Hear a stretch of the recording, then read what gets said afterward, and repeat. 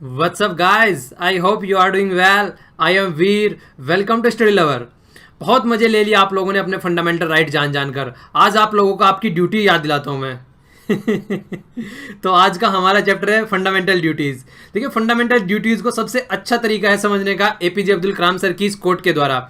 इस कोटेशन में इन्होंने बहुत अच्छे से एक्सप्लेन किया है कि अगर आप अपनी ड्यूटी को सैल्यूट करते हैं तो किसी को आपको सैल्यूट करने की जरूरत नहीं है। अगर आप अपनी ड्यूटी अच्छे से करते हैं तो आपको किसी के सामने भी सर झुकाने की जरूरत नहीं है। पर लेकिन अगर आप अपनी ड्यूटी को पोल्यूट करेंगे, अपनी ड्यूटी अच्छे से नहीं करेंगे, तो आपको हर एक इंसान को सैल्यूट करना पड़ेगा। तो अपनी ड्यूटी जो है, अगर कोई स्टूडेंट है तो उसको पढ़ना चाहिए। तो इसी तरीके से अगर कोई जॉब करने वाला इंसान है तो उसको अपनी ड्यूटीज़ वहाँ पर अच्छी करनी चाहिए। मेरी ड्यूटीज़ है पढ़ाना, तो मुझे अच्छे से पढ़ाना चाहिए। तो इसीलिए हर एक इंसान को अगर अपनी ड्यूटी अच्छे से फॉलो करके चलेगा तो उसको हमेशा सैल्यूट मिलेगा, और नहीं तो फिर आप लोग समझते ही हैं। तो आगे मैं बोलना नहीं चाहूंगा। तो इसलिए हमेशा अपनी ड्यूटी जो है वो अच्छे से फॉलो करें। जो भी आपको दायित्व दिया गया है उसको पूरे दिल से करने की कोशिश करें, फिर देखिए जिंदगी जीने में कितना मजा आता है।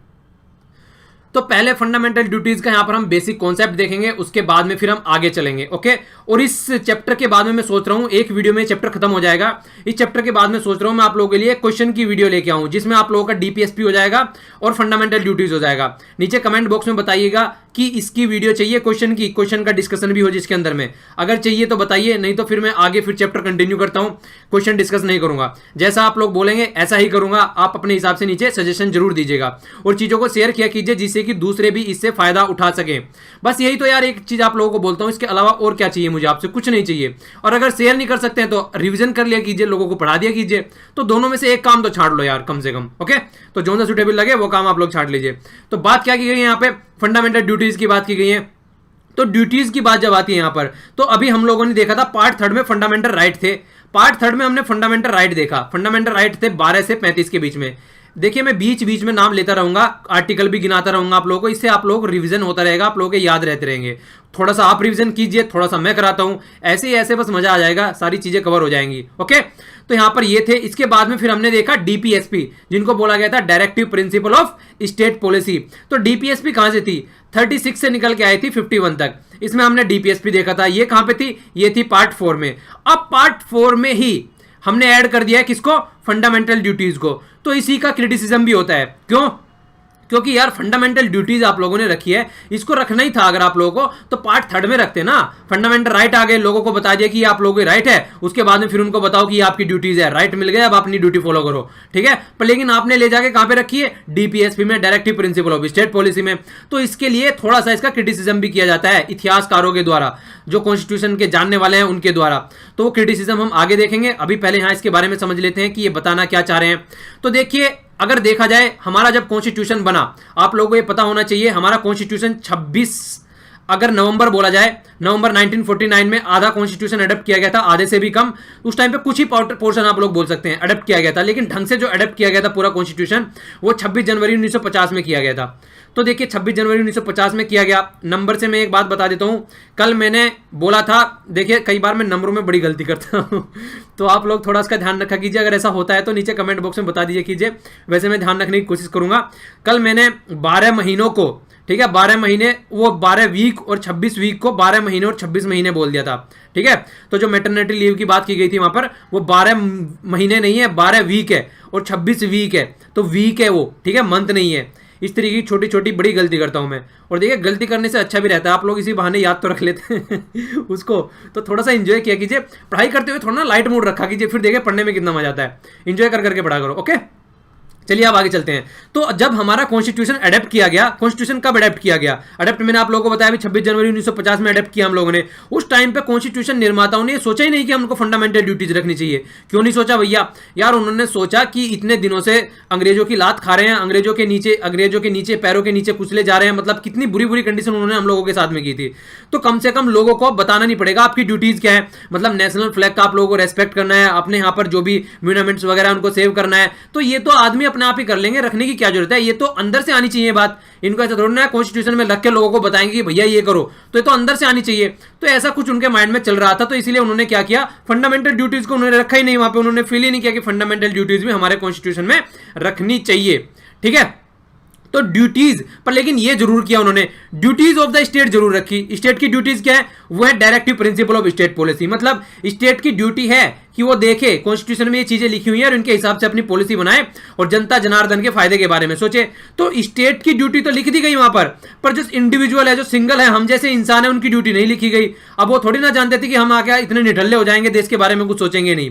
वो तो ये सोचते थे कि यार जैसे हम हैं, हम संघर्ष करके आए हैं, आजादी दिलाई है हमने देश को, तो हम अच्छे से सोच रहे हैं, तो वो भी अच्छे से ही सोचेंगे। ये सब सोच के हम लोग आए थे, पर लेकिन यहाँ पे बिल्कुल अपोजिट हो गया। आते आते सब कुछ भूल गए कि आजादी कैसे मिली थी, कैसे बेचारों ने अपने प्राण उन्होंने त्यागे थे, तब जाकर हम लोगों को आजादी मिली है। आजादी की सांस में हम आज की डेट में जिंदा ले, आजादी की वो क्या बोलते हैं उसको, गलत बोल दिया, फिर से सुनो। आज की डेट में जो हम सांस ले रहे हैं वो आजाद हवा में ले रहे हैं, तो किसी ने प्राण न्योछावर किए हैं हमारे लिए, तभी हम ये आजाद हवा में आज की डेट में सांस ले रहे हैं। तो हमको इसकी रेस्पेक्ट करनी चाहिए, ठीक है। तो देखिए फिर इसके बाद में क्या हुआ, स्टार्टिंग में कॉन्स्टिट्यूशन में नहीं थी, पर 1976 में फंडामेंटल ड्यूटीज ऐड की गई हमारे कॉन्स्टिट्यूशन में, ठीक है। उस टाइम पर जो फंडामेंटल ड्यूटीज ऐड की गई वो की गई 10 फंडामेंटल ड्यूटीज, पर ये 10 जो है वो लग रहा था कि कुछ और भी होना चाहिए। तो फिर क्या किया गया, 2002 में एक और फंडामेंटल ड्यूटीज ऐड की गई, और ये तो मैं इतनी बार बता चुका हूं, पता नहीं आप लोगों को याद भी हो गया होगा। 86 ऑफ कॉन्स्टिट्यूशन अमेंडमेंट में किया गया था। एज क्या रखी गई थी, याद तो आ ही रहा होगा, बता दो तो फिर क्या एज है। तो उसमें बच्चों को एजुकेशन दिलाने की बात की गई। देखिए जो बात निकल के आई वो डीपीएसपी में से निकल के आई। डीपीएसपी में से निकाली हमने क्या कि इस तरीके से यहाँ पर एक चीज होनी चाहिए, वहां पर बोला गया था कि एजुकेशन जो दिलाने का फंडा आता है वो वहां पर एजुकेशन दिलानी चाहिए। फंडामेंटल राइट में भी कुछ ऐसे ऐसे कुछ हल्की हल्की सी बातें की जाती है, ठीक है। पर लेकिन जब असली में इंप्लीमेंट करने की बात आई तो फिर ड्यूटी उसको बनाया गया। तो देखिए एक दूसरे में से चीजें निकाली जाती हैं। फंडामेंटल राइट स्टार्टिंग में कितने से थे, आज की डेट में बढ़ा के दुनिया भर के बना चुके हैं उनमें से। तो आर्टिकल 19 देख लो, बढ़ाते ही जा रहे हैं उसको, रबड़ की तरीके से खींचे ही जा रहे हैं, इतने सारे राइट्स निकाल दिए। 21 में से देख लो जो कितने सारे राइट्स निकाल दिए। तो आज की डेट में उनको एक्सप्लेन करते हुए जा रहे हैं। तो इसी तरीके से कहीं ना कहीं से हमने फंडामेंटल ड्यूटीज भी निकाल के रख दिए। फंडामेंटल ड्यूटीज निकाल के इसीलिए रखी गई ताकि ड्यूटीज भी हम लोग फॉलो कर सकें, राइट तो हम कर ही रहे हैं। तो यहाँ पे इंप्लीमेंट की गई, इसके बारे में आप लोगों को पता है, ये जो इंप्लीमेंट की गई कि पेरेंट्स की ड्यूटी बनाई गई। पेरेंट्स या फिर गार्जियन आप लोग बोल सकते हैं अगर पेरेंट्स नहीं है, और ये अपनी भी ड्यूटी आप लोग मान सकते हैं। अगर आप लोगों के आसपास में कोई बच्चा है, आप लोग अगर उसकी हेल्प कर सकते हैं, उसको पढ़ा सकते हैं तो पढ़ाइए, तो ये आप लोगों की भी ड्यूटी है। ओके, लिखना चाहिए था ये भी कॉन्स्टिट्यूशन में, अगर कोई किसी को पढ़ाना चाहे तो उसको पढ़ाना चाहिए। कॉन्स्टिट्यूशन में नहीं लिखा तो क्या हो गया, कॉन्स्टिट्यूशन थोड़ा ना बताएगा हमको सारी ड्यूटी, कुछ ड्यूटी अपने आप भी मान लेते हैं। ओके, तो ये जो ड्यूटीज ली गई है कहां से ली गई है, ये ली गई है यूएसएसआर से। ओके, तो यूएसएसआर उस टाइम पे हुआ करता था, उसके बाद में इसका विघटन हो गया, आज की डेट में रसिया बन गया है और बहुत सारी कंट्री इसमें से निकल गई हैं। तो यूएसएसआर हुआ करता था उस टाइम पे जब हमने ये ऐड की। तो ऐड कब की गई, 1976 में। और 1976 इस तरीके की डेट आती है ना, याद रखा करो, एकदम घंटी बजनी चाहिए माइंड में। कौन सी ड्यूरेशन थी ये, इमरजेंसी लगी थी हमारी कंट्री में 75 से 77 तक, तो उसी ड्यूरेशन में ड्यूटीज याद दिलाई गई गवर्नमेंट के द्वारा कि बड़ी बदतमीजी कर रहे हो आप लोग, अब आप तक फंडामेंटल राइट एंजॉय कर रहे थे, अब आपको हम ड्यूटीज याद दिलाते हैं। तो गवर्नमेंट ने ड्यूटीज डाल दी। ओके, तो बहुत सी कंट्री ऐसी हैं वर्ल्ड में, अगर देखा जाए आप लोग यहाँ पर देख सकते हैं कौन कौन सी होगी, जिस तरीके से यहाँ पे दे रखा है एग्जांपल, यूएसए देख लीजिए, कनाडा देख लीजिए, फ्रांस, जर्मनी, ऑस्ट्रेलिया, ये कंट्री अच्छी खासी डेमोक्रेसी है, पर लेकिन यहाँ पर फंडामेंटल ड्यूटीज नहीं है। ओनली जापान एक ऐसी कंट्री है जहाँ पे मस्त तरीके वाली फंडामेंटल ड्यूटीज है। ये बड़े अपनी कंट्री को फॉलो करते हैं, बंदे बड़े डेडिकेटेड बंदे हैं, बंदे तो मतलब जापानीज है, मतलब इतना सही तरीके से अगर वहां पर जाकर देखोगे ना, इतना मोटिवेशन है उनके अंदर, इतने ऑप्टिमिस्टिक हैं ये लोग, अपनी कंट्री के लिए कुछ भी करने के लिए तैयार रहते हैं हमेशा। तो ऐसी हमको भी अपने जो सिटीजन है उनके अंदर ऐसी चेतना, ऐसी भावना जगानी है, जो हमारे सिटीजन भी कुछ इसी तरीके से सोचने लगे, करने लगे अपनी कंट्री के बारे में। अब ये क्वेश्चन कई बार आ चुका है एग्जाम में, यूपीएससी में पूछा चुका है, बैंकिंग और एसएससी में पूछा जा चुका है। तो स्वर्ण सिंह कमेटी के द्वारा रिकमेंडेशन दी गई थी, माइंड में रट लीजिएगा। तो ये सोना दिया गया था, वो स्वर्ण सिंह कमेटी के द्वारा दिया गया था हमारे सिटीजन को। ओके, तो 1976 में कांग्रेस गवर्नमेंट थी, आप लोगों को पता होगा, इंदिरा गांधी जी थी, तो उन्होंने स्वर्ण सिंह कमेटी का गठन किया गया और उसने रिकमेंड की कि ये फंडामेंटल ड्यूटीज हमारे कॉन्स्टिट्यूशन में रखनी चाहिए। तो ये हुआ कब, इमरजेंसी के टाइम पे, वो मैं आप लोगों को बता चुका हूं। तो सेपरेट चैप्टर ऐड करने की बात की गई, तो वो किया गया, 42nd अमेंडमेंट आया 1976 में, और पार्ट 4A कॉन्स्टिट्यूशन में फंडामेंटल ड्यूटीज रख दी, जिसको रखा गया आर्टिकल 51A। वैसे मैंने आप लोगों को बताया, वैसे बोला कहां पे रखने के लिए जा रहा था इसको, आर्टिकल 12 से कितने तक की बात होती है, 35 तक की बात होती है, तो ये 35A होना चाहिए था, लेकिन कर दिया क्या 55A। तो फंडामेंटल राइट के बाद में रखना चाहिए था, पहले आप उनको राइट बताओ, मतलब फिर ड्यूटीज बताओ, तो वहां पे रखना चाहिए था, पर लेकिन रखा कहां पे, directive principle of state policy के बाद में। ओरिजिनल कॉन्स्टिट्यूशन में 10 थी, मैं आप लोगों को बता चुका हूं, एक और ऐड की गई अमेंडमेंट के द्वारा। मैंने अभी आप लोगों को अभी बताया। कांग्रेस पार्टी ने डिक्लेयर किया कि ये फंडामेंटल ड्यूटीज क्यों है। उन्होंने बोला कि कॉन्स्टिट्यूशन बनाने वाले हैं ना, उनसे गलती हो गई, वो रखना भूल गए ये ड्यूटीज, ठीक है। तो इसीलिए ऐसा नहीं है कि वो बताना भूल गए, तो हम भी उस कृति को कंटिन्यू रखें, इसलिए ये काम अब हमने कर दिया, ठीक है। तो ये बात बोली गई कांग्रेस पार्टी के द्वारा, मतलब उन्होंने कॉन्स्टिट्यूशन मेकर की गलती सुधारी है, ये बोला गया था उनके द्वारा। अब कांग्रेस ने कमेटी तो सेट कर दी, पर स्वर्ण सिंह भाई साहब ने यहां पर क्या दी थी, इन्होंने 8 फंडामेंटल ड्यूटीज बनाने की बात की थी, पर कांग्रेस जो पार्टी थी उस टाइम पे, उन्होंने इनकी सारी बातें नहीं मानी, ठीक है। जो इन्होंने कुछ बातें बोली थी, कुछ हटा दी, उसमें से कुछ ऐड कर दी। तो कमेटी तो बनाते ही ऐसे हैं, कुछ उसमें से हटाते हैं, कुछ जोड़ते हैं अपने हिसाब से, फिर उसको इंप्लीमेंट करते हैं। तो 42nd कॉन्स्टिट्यूशन अमेंडमेंट किया गया 1976 में, याद हो गया होगा, इतनी बार बोल दिया। 10 फंडामेंटल ड्यूटीज थी। सर्टेन रिकमेंडेशन कमेटी की एक्सेप्ट नहीं की गई। उसमें कौन कौन सी है? सबसे पहली तो वो थी कि जो पार्लियामेंट है, ठीक है, उनको इंप्लीमेंट करने के लिए मतलब पेनल्टीज वगैरह लगा सकती है, पनिश दे सकती है अगर फंडामेंटल ड्यूटी का उल्लंघन किया जा रहा है। तो ये बिल्कुल उसी तरीके से जिस तरीके से फंडामेंटल राइट का उल्लंघन होता है तो हम कोर्ट में जाते हैं, अगर फंडामेंटल ड्यूटी का उल्लंघन होता है, अगर कोई लॉ बना के इसको इंप्लीमेंट किया जाता है तो क्या कर सकते हैं, तो पार्लियामेंट कोई लॉ बना सकती है। और जो लॉ पार्लियामेंट बनाएगी उसको किसी भी कोर्ट में, ऐसा नहीं है कि कोर्ट में जाके बोल दे कि ये ऐसे ऐसे उल्लंघन कर रहा है हमारे फंडामेंटल राइट का, फलाना ढिमकाना, इसको हटा दो, तो उसको किसी कोर्ट ऑफ लॉ में भी नहीं ले जाया जा सकेगा, ठीक है। उसको किसी कोर्ट में भी नहीं ले जाया जा सकेगा अगर कोई लॉ बना दिया है तो। ये बात बोली गई। ये भी बात इन्होंने बोली थी, ये बात मुझे अच्छी लग रही थी हालांकि, ड्यूटी टू पे tax also be the fundamental duties, मतलब फंडामेंटल ड्यूटीज होनी चाहिए टैक्स पे करने के लिए। अगर कोई टैक्स पे नहीं कर रहा है उस पर पेनल्टी लगाओ, ये फंडामेंटल ड्यूटीज होनी चाहिए। तो इसको भी इंक्लूड करने की बात की गई थी, पर लेकिन ये भी इंक्लूड नहीं किया गया। तो कहीं ना कहीं स्वर्ण सिंह जी का दिल तोड़ दिया, उनकी आधी बातें मानी गई और आधी नहीं मानी गई। तो ये कुछ बातें थी जो उनकी नहीं मानी गई, हालांकि नीचे वाली तो होनी चाहिए थी कम से कम, कि हमारी ड्यूटी होनी चाहिए हमको टैक्स पे करने का। ओके, तो आइए अब एक एक करके आप लोगों को सारी फंडामेंटल ड्यूटीज बताता हूं, ये आप ध्यान से सुनिएगा, ठीक है। और सुनने के बाद में अगर किसी को बता सकते हैं तो बताइएगा जरूर, चीजें इंफॉर्मेशन शेयर जरूर कीजिएगा। तो यहां पर बात की गई है according to the article 51। Article 51 के हिसाब से अगर हम देखें, हर एक सिटीजन को हमारी कंट्री के ये चीजें फॉलो करनी चाहिए। क्या करना चाहिए? जो इंस्टीट्यूशन है, जो आइडियल्स है, जो नेशनल फ्लैग है या फिर नेशनल एंथम है, इन सबकी रेस्पेक्ट करनी चाहिए हम सबको, ये बात बोली गई है। नेशनल फ्लैग के लिए अभी न्यूज में भी था कुछ दिनों पहले, वो नेशनल एंथम के लिए, ठीक है ना, कि अपना कोई भी हॉल वगैरह होते हैं या कोई थिएटर वगैरह होते हैं तो वहां पे अगर कोई मूवी चला रहे हैं तो नेशनल एंथम चलाओ, उससे पहले न्यूज में था ये। इसके अलावा क्या है, देखिए जो फ्रीडम स्ट्रगल मूवमेंट था उस टाइम पे, उसके जो आइडियाज थे उनको भी हम लोगों को फॉलो करके चलना चाहिए और इंजॉय करना चाहिए उनको। मतलब जो बातें उस टाइम पर की गई थी जिससे हमको आज़ादी मिली है, उनकी भी हमको रेस्पेक्ट करनी चाहिए, इनडायरेक्ट वे में ये बोला जा रहा है। और जो हमको आज की डेट में, ये फर्स्ट हो गई, सेकंड की बात हो गई कंप्लीट। तीसरी बात में क्या बोला जा रहा है कि देखिए जो हमारी सोवरेनिटी है, सोवरेनिटी हो गई, यूनिटी हो गई, इंटीग्रिटी हो गई। सोवरेनिटी क्या होता है, आप लोगों को बताया था जब मैंने प्रीएम्बल वाला चैप्टर पढ़ा रहा था, वहां पे कंप्लीट बताया था। ये सोवरेनिटी होती है कि हमारी कंट्री जो है वो किसी की गुलाम नहीं है, अपने डिसीजन खुद से ले सकती है, कोई बाहर वाली कंट्री से इंटरफेयर नहीं कर सकती हमारे डिसीजन में। तो ये सोवरेन कंट्री होती है। तो सोवरेनिटी, यूनिटी आप लोग समझते हैं मिलजुल के रहना, इंटीग्रिटी सबको एक साथ में।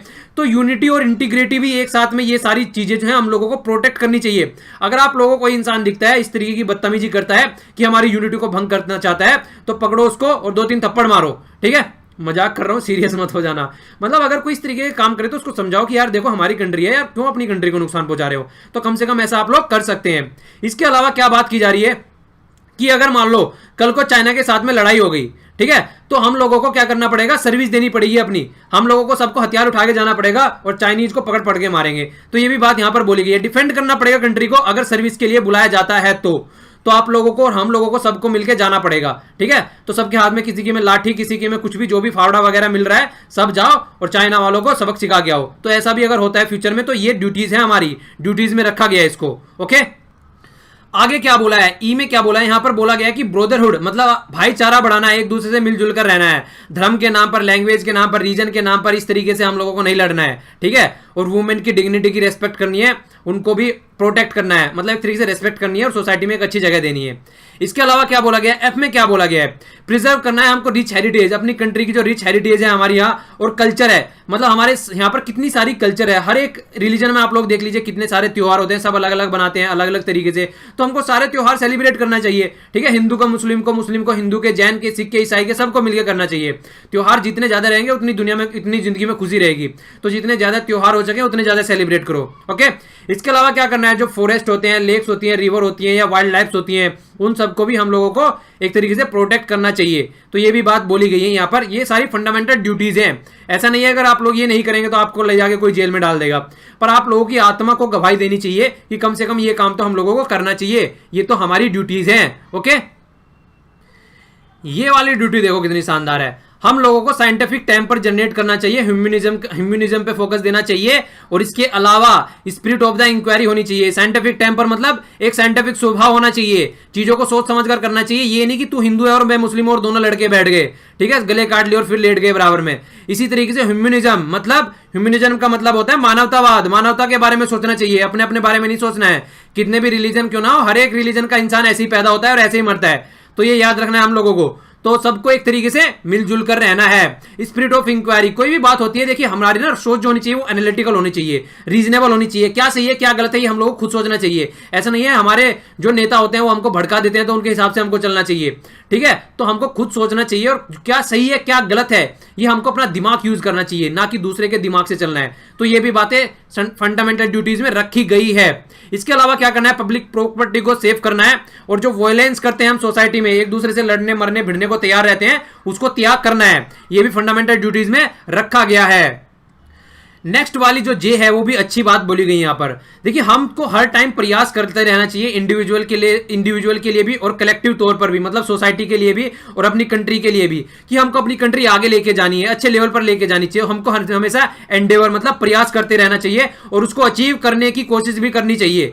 हमेशा देखिए प्रोग्रेसिव थॉट रखने चाहिए, हमेशा अच्छा सोचना चाहिए। ज्यादा उल्टे सीधे चीजों में पड़े रहेंगे कि ये क्या हो गया, ये क्यों नहीं हुआ मेरे से, ऐसा कैसे हो गया, इतना टाइम कैसे लग गया, ये सब चीजें नहीं सोचनी है। पहले अच्छे से प्लान बनाओ और चीजों को करो और उसको अचीव करने की कोशिश करो, चाहे वो अपनी खुद की स्टडी हो या फिर अपनी कंट्री के बारे में सोचना हो। हमेशा प्लान बना के रखो कि आने वाले 5 से 10 सालों में मुझे अपने आप को कहां ले जाके लेना, अपने आप को कहां पर ले जाके रखना है। तो कम से कम अपने प्लान बना के रखे सारे माइंड में। ओके, इसके अलावा जो के है ये आप लोग जानते ही हैं क्या है यहाँ पर, अपॉर्चुनिटी टू एजुकेशन देना बच्चों को। कितने से कितने तक, 6 से 14 तक, इसके बीच की एजुकेशन की बात की जा रही है। डीपीएसपी में हम लोगों ने देखी थी, इससे नीचे की बात देखी थी, मतलब 1 से लेकर 6 तक की बात की गई थी, 6 से 14 तक की तो यहाँ पे रख दी है। तो 86th कॉन्स्टिट्यूशन अमेंडमेंट किया गया था, ये 2002 में ये कॉन्स्टिट्यूशन अमेंडमेंट निकल के आया। तो आप लोगों को ये याद रखना है। ओके, आगे देखिए क्या बोला गया है, ये बातें भी कई बार आ जाती है। लाइक डीपीएसपी की तरीके से फंडामेंटल ड्यूटी भी नॉन जुडिशियबल है, मतलब ऐसा कुछ नहीं है अगर इनको कोई फॉलो नहीं कर रहा है तो उसको जज जो है वो कोर्ट जो है वो इसको इंप्लीमेंट करेगा। Okay, constitution does not provide for the direct enforcement by the court इसको डायरेक्ट इन्फॉर्म नहीं करेगा, वो मैंने आप लोगों को अभी बता दिया। बट पार्लियामेंट कर सकती है। पार्लियामेंट क्या कर सकती है, लेजिस्लेशन बना सकती है, पहले लोकसभा में फिर राज्यसभा में फिर प्रेसिडेंट के सिग्नेचर के द्वारा कोई भी ऐसा लॉ बना सकती है कि उसको इंप्लीमेंट किया जा सके। तो पार्लियामेंट ऐसा काम कर सकती है, जैसे कि आप लोग समझते हैं यहाँ पे पार्लियामेंट के द्वारा ही किया गया ये 86th कॉन्स्टिट्यूशन अमेंडमेंट निकल के आया, ठीक है। तो इसी तरीके से अगर कोई फंडामेंटल ड्यूटीज भी इंप्लीमेंट करनी है तो पार्लियामेंट लॉ बना सकती है कि आप लोगों को ये फॉलो करके चलना चाहिए, अगर नहीं किया तो आप लोगों को दंड दिया जाएगा, ठीक है। तो पार्लियामेंट के हाथ में ये पावर दे रखी है। ओके, इसके अलावा देखिए यहाँ पर आप लोगों को क्रिटिसिज्म की मैंने बात की थी जब चैप्टर स्टार्ट किया उसी टाइम पर। अब इसका क्रिटिसिज्म देखते हैं, क्रिटिसिज्म के बारे में क्या क्या बात यहाँ पर बोली जा रही है। पार्ट 4 की बात बोली जा रही है, कॉन्स्टिट्यूशन में रख दिया गया इसको। पार्ट 4 में उठा के इसका क्रिटिसिज्म कई तरीके से होता है। सबसे पहले तो ये बोला गया कि नॉन एग्जॉस्टिव है, मतलब जो फंडामेंटल ड्यूटीज होनी चाहिए थी वो नहीं बनाई है। जिस तरीके से कास्टिंग वोट डालनी चाहिए, सबको फंडामेंटल ड्यूटी होनी चाहिए थी, पर लेकिन फंडामेंटल ड्यूटीज नहीं बनाई गई। पेइंग टैक्स पेना चाहिए, टैक्स पे करना चाहिए। फैमिली प्लानिंग, ऐसा नहीं है कि लगे हुए हैं, भगवान ने दे दिए, अल्लाह ने दे दिए, गॉड ने दे दिए, बस लगे हुए हैं, जितनी चाहे उतनी बढ़ाते जा रहे हैं। तो फैमिली प्लानिंग भी हमारी ड्यूटी होनी चाहिए थी कि कम से कम हम लोगों को फैमिली प्लानिंग करनी है और इससे ज्यादा हम लोगों को बच्चे पैदा नहीं करने हैं, ठीक है। पर लेकिन ऐसा कुछ नहीं करता है, चाहे हिंदू हो चाहे मुसलमान हो, सब लगे रहते हैं। ओके, तो ये भी हम लोगों को ये रखना चाहिए था, पर लेकिन हम लोगों ने नहीं रखा, तो इसलिए भी क्रिटिसिज्म होता है। दूसरा क्या है, ड्यूटी टू पे टैक्स, मैं आप लोगों को बता ही चुका हूं। सवर्ण सिंह जी ने इसको रिकमेंड किया था कि कम से कम ये तो रखी दो यार, और कोई नहीं रख रहे तो, पर गवर्नमेंट ने ये भी नहीं मांगनी। इसके बाद में क्या बोला गया, दूसरे पॉइंट में बोला गया है कि ये एम्बिगुअस है, वेग है, क्लियरिटी नहीं है, मतलब क्लियरिटी नहीं है इनमें। क्या बोला जा रहा है, नोबेल आइडियाज बोले जा रहे हैं। कितने नोबेल भैया, कहां तक होने चाहिए, कोई नाप पैमाना है? 2 फुट 3 फुट, कितने नोबेल होने चाहिए? तो मतलब कोई भी पैमाना नहीं रखा गया, मतलब टर्म्स ऐसी यूज करी गई है जो वेग है, जिनकी कोई डायमेंशन नहीं होती है, कितना भी बढ़ाया जा सकता है। कंपोजिट कल्चर की बात की गई है, कितनी कंपोजिट भैया, कुछ डिफाइन तो करो ना उसको। तो डिफाइन कहीं नहीं किया गया। साइंटिफिक टेम्पर, कोई डेफिनेशन है कि कितना साइंटिफिक? तो इस तरीके से जो वेग टर्म है वो कहीं ना कहीं इनका गलत यूज किया जाता है। जो हमारे जो जानने वाले होते हैं थोड़ा भी लॉ को, वो क्या करते हैं, अगर कोई लॉ बन के आता है तो जिस तरीके से वकील होते हैं इनको घुमा फिरा देते हैं, फिर कि ये टर्म्स है उसको टर्म्स को पकड़ लेते हैं और फिर बोलते हैं कि उसके अंदर तो ये भी आ सकता है, इसके अंदर तो ये भी आ सकता है। तो इस तरीके से नेगेटिव यूज बहुत ज्यादा हो जाता है अगर आप वेग टर्म इस तरीके की डालते हैं। नॉन जुडिशियल इन कैरेक्टर ये बोला गया है। सर्वंट सिंह कमेटी ने सजेस्ट किया था कि कुछ ना कुछ पेनल्टी तो लगाओ यार, कुछ ना कुछ पनिशमेंट तो करो अगर कोई इनको परफॉर्म नहीं कर रहा है, पर ये एक्सेप्ट नहीं किया गया। ये हम लोगों ने अभी देखा था। इसके अलावा क्या बोला गया, इनको बोला गया कि जरूरत से ज्यादा चीजें कुछ रख दी गई हैं जो कि होनी नहीं चाहिए थी, वो भी रख दी गई हैं। तो ये बातें भी बोली गई हैं। तो मतलब जो चीजें होनी चाहिए थी उससे भी ज्यादा रख दी है, और जो होनी चाहिए थी, जो ऊपर बोला है मैंने आप लोगों को अभी दिखाई है, जो ये होनी चाहिए थी इन्होंने रखी नहीं है। यहां पर एक बार फिर से इसको बता देता हूं। देखिए मतलब क्या बोला जा रहा है, जरूरत से ज्यादा का मतलब कॉन्स्टिट्यूशन बनाने वालों ने नहीं रखा था ना उसमें। क्यों नहीं रखा था उन्होंने, वो पता था कि ये तो फॉलो कर ही लेंगे। तो इतनी तो यार अपनी देश की सब चिंता करते ही हैं, मतलब जाने अनजाने में इतना तो चिंता कर ही लेते हैं कि ये मत करो, तो वो रखी हुई है फालतू में, तो उसको क्रिटिसाइज कर रहे हैं। इसके अलावा क्या बोला है, इंक्लूजन ऑफ फंडामेंटल ड्यूटी जो पार्ट 4 में जोड़ दिए हैं, पार्ट 3 में होनी चाहिए थी फंडामेंटल ड्यूटी फंडामेंटल राइट के साथ में, पर लेकिन ऐसा कुछ नहीं किया गया। फंडामेंटल राइट के साथ में होते तो वही बात हो गई ना कि एक तरीके से अंधेरा है रोशनी भी है, एक तरीके से मतलब पानी ज्यादा है तो पानी कम भी है, सूखा है तो गीला भी है। तो जब उनको राइट दिए जा रहे थे सबको तो बताया भी जाता कि ये ड्यूटीज है। तो ये एक तरीके से क्या होता है, ये वही डायलॉग होता है जो मैं पिछले लेक्चर में भी आप लोगों को बोला था, एक सिक्के के दो पहलू हो जाते हैं। यहाँ पर एक साइड में आपको फंडामेंटल ड्यूटी दी जा रही, राइट दिए जा रहे हैं, दूसरी साइड में आप ड्यूटीज भी फॉलो कराई जा रही है। तो वहां पर इनका मतलब था रखने का, पर वहां पर भी आप लोगों ने इसको नहीं रखा, तो ये भी क्रिटिसिज्म निकल के आता है। अब पूछ रहे हैं यहाँ पर भैया सिग्निफिकेंस बताओ क्यों रख दिए ये उठा के, फंडामेंटल ड्यूटीज क्या मतलब है इनका। तो ये बोला गया कि सिग्निफिकेंस अभी बताते हैं आप लोगों को। कई बार क्रिटिसिज्म भी होता है पर लेकिन सिग्निफिकेंस भी है इनका। क्या सिग्निफिकेंस है, ये इंजॉय मतलब सिटीजन को बताने के लिए, उनको बार बार याद दिलाने के लिए कि फंडामेंटल राइट आप इंजॉय कर रहे हैं, आपकी ड्यूटीज भी है सोसाइटी के लिए, कंट्री के लिए, आप लोगों को ड्यूटीज भी फॉलो करनी है अपने सिटीजन के लिए। तो ये बात याद दिलाने के लिए। इसके अलावा जो एंटी नेशनल एक्टिविटी होती है सोसाइटी में, उनको दबाने के लिए कि ये ड्यूटीज हैं आप लोगों की, इनको फॉलो करो, कंट्री को ये नहीं करना है आप लोगों को फ्लैग जला दिया या फिर प्रॉपर्टी जो पब्लिक है उसको नुकसान पहुंचा दिया, वो काम आप लोगों को नहीं करना है। तो एक तरीके से वार्निंग का भी काम ये करती है। इसके अलावा क्या करती है, डिसिप्लिन बनाने का काम करती है सोसाइटी में। फंडामेंटल ड्यूटीज है तो आपको डिसिप्लिन में रहना है, सोसाइटी में मिलजुल कर रहना है। ऐसा नहीं आप यहां पर पैदा हुए तो जानवरों की तरह यहां पर कुछ जिसको चाहो उसको नुकसान पहुंचा दो। तो डिसिप्लिन में रहना है और कमिटमेंट करके रहना है सबके बीच में। ओके, इसके अलावा क्या बोला गया है, देखिए हेल्प भी करती है कॉन्स्टिट्यूशन को, जिस तरीके से मैंने डीपीएसपी में भी ये पॉइंट बताया था। मतलब कॉन्स्टिट्यूशन देखता है कि ये कहां पर चीजें हैं, ड्यूटीज हैं ये, तो इसके हिसाब से अगर कोई लॉ बनाया जा रहा है तो लॉ की वैलिडिटी चेक करने का काम करता है। आप लोगों को पता है कि हमारी पार्लियामेंट लॉ बना देती है, लॉ बनाने के बाद में अगर कोई पीआईएल डाल दी जाती है, पब्लिक इंटरेस्ट लिटिगेशन, तो फिर कोर्ट जो होता है उसको देखता है कि ये सही बनाई गई है या नहीं बनाई गई है। तो सब चीजों से मिला जुला के उसको चेक करता है। अगर वो सही है तो बोल देता है कि इसको इंप्लीमेंट कर दो, अगर सही नहीं है तो बोलता है इसको साइड में रख दो, उठा के डस्टबिन में फेंक दो।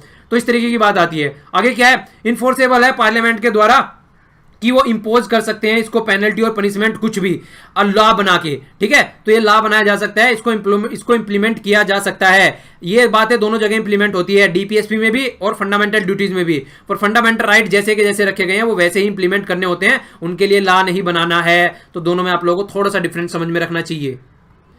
इसके अलावा जब फंडामेंटल ड्यूटी बनाने की बात की गई 1976 में, उस टाइम पे जो लॉ मिनिस्टर थे उन्होंने बात भी बोली, उनसे पूछा गया भैया फंडामेंटल ड्यूटीज क्यों लेके आना चाहते हो। तो उन्होंने बोला उस टाइम पे जो भूल गए थे वो बातें स्टार्टिंग में हम लोगों ने देखी। इसके आगे उन्होंने क्या बोला कि जब इमरजेंसी लगाई गई तो उस टाइम पे इनको देखने को मिला कि कुछ इंसान ऐसे हैं जो कि लॉ एंड ऑर्डर को नहीं मान रहे हैं और एंटी नेशनल एक्टिविटी कर रहे हैं, तो इसलिए फंडामेंटल ड्यूटीज हम लोगों ने यहाँ पर डाली गई। कुछ ऐसी बात इंदिरा गांधी जी ने बोली उस टाइम पर कि फंडामेंटल ड्यूटीज कॉन्स्टिट्यूशन में नहीं रखी गई थी स्टार्टिंग में, पर हमने इसलिए रखी है क्योंकि ये हमारी डेमोक्रेसी को स्ट्रेंथन करेगी, हमारी डेमोक्रेसी को अच्छा बनाएगी, मोरल वैल्यूज डालेंगी फंडामेंटल ड्यूटीज, और एक तरीके से जो राइट्स हैं, जो राइट दिए गए हैं उनका भी एक स्मूथर इंप्लीमेंटेशन हो पाएगा और हमारी डेमोक्रेसी में एक बैलेंस बना रहेगा। क्योंकि ड्यूटीज से काम नहीं चलेगा, मतलब राइट से काम नहीं चलेगा, ड्यूटीज भी होनी चाहिए। ओके, इसके बाद में वर्मा कमेटी आई, इसको ज्यादा याद नहीं रखना है, बस ये याद रखना है कि ये किससे कनेक्टेड थी, ठीक है। तो ये भी फंडामेंटल ड्यूटीज से ही कनेक्टेड थी। तो यहां पर आप लोगों को देखने को मिलेगा ये 1990 में आई थी वर्मा कमेटी, ये आइडेंटिफाई करने के लिए लीगल प्रोविजन क्या क्या है इंप्लीमेंटेशन करने के लिए फंडामेंटल ड्यूटीज। तो बहुत सारे लॉ बनाए गए। तो ये लॉ आप लोगों को इतना याद नहीं रखना है कि किस तरीके से प्रिवेंट करना है जो नेशनल ऑनर होता है या फिर जो फ्लैग होता है, किस तरीके से उसका प्रोटेक्ट करना है। तो ये लॉ बनाया गया, ठीक है ना। ये देखा गया यहाँ पे पुराने भी थे, यहाँ पर कई सारे लॉ थे, देखिए यहाँ पर। तो ये 95 में था, ये इस तरीके से पिनल कोड भी बनाए गए, मतलब अनलॉफुल एक्टिविटी होती है, तो ये सारी देखा गया कि किस बेस पर फंडामेंटल ड्यूटीज को इंप्लीमेंट किया जा सकता है। तो रिप्रेजेंटेशन ऑफ पीपल एक्ट, ये वाइल्ड लाइफ, तो ये सारे में चेक किया गया यहाँ पर, ठीक है ना। तो इंप्लीमेंटेशन देखा गया। तो आप लोगों को बस ये याद रखना है कि सवर्ण जो ये वर्मा कमेटी थी किससे कनेक्टेड थी, ये सारी चीजें रटने की जरूरत नहीं है आप लोगों को, ओके। बस ये याद रखना है कौन सी कमेटी थी। तो पहली स्वर्ण सिंह कमेटी थी, दूसरी वर्मा कमेटी थी। वर्मा कमेटी ने इंप्लीमेंटेशन देखा था फंडामेंटल ड्यूटीज का किस तरीके से होना चाहिए। शर्मा नहीं, स्वर्ण सिंह कमेटी जो थी उसने इंप्लीमेंटेशन के बारे में बात की थी। तो ये आप लोगों को डिफरेंस पता होना चाहिए, कंफ्यूज बिल्कुल भी नहीं होना है यहां पर, ओके। आंसर अच्छे से देना। अच्छा, कल मैंने आप लोगों से क्वेश्चन पूछा था, उस कमेटी का नाम बताइए जिसने ये बताया था कि आप फंडामेंटल राइट को अमेंड कर सकते हो डीपीएसपी को इंप्लीमेंट करने के लिए, पर आप बेसिक स्ट्रक्चर को चेंज नहीं कर सकते। वो कमेटी जो सबसे लास्ट वाली कमेटी थी, उस कमेटी का नाम बताइए। आंसर दीजिएगा, कल का ही लेक्चर है, ज्यादा लंबी बात नहीं हुई है, तो भूलने की कोई जरूरत भी नहीं है उसको, ठीक है। काफी इंपॉर्टेंट कमेटी थी, कहीं भी पूरा फोकस दे के मैंने आप लोगों को अच्छे से बताई थी वो। तो नीचे कमेंट बॉक्स में उसके बारे में बताइए कौन सी कमेटी का मैंने वहां पर जिक्र किया था। अब आप लोगों को पढ़ के क्या आना है, नेक्स्ट चैप्टर आप लोगों का होगा अमेंडमेंट ऑफ द कॉन्स्टिट्यूशन, और उसके साथ साथ में दूसरा भी पढ़ सकते हो basic structure of the constitution. तो ये आगे आने वाले 2 चैप्टर हैं, चैप्टर 10th और चैप्टर 11th, ओके।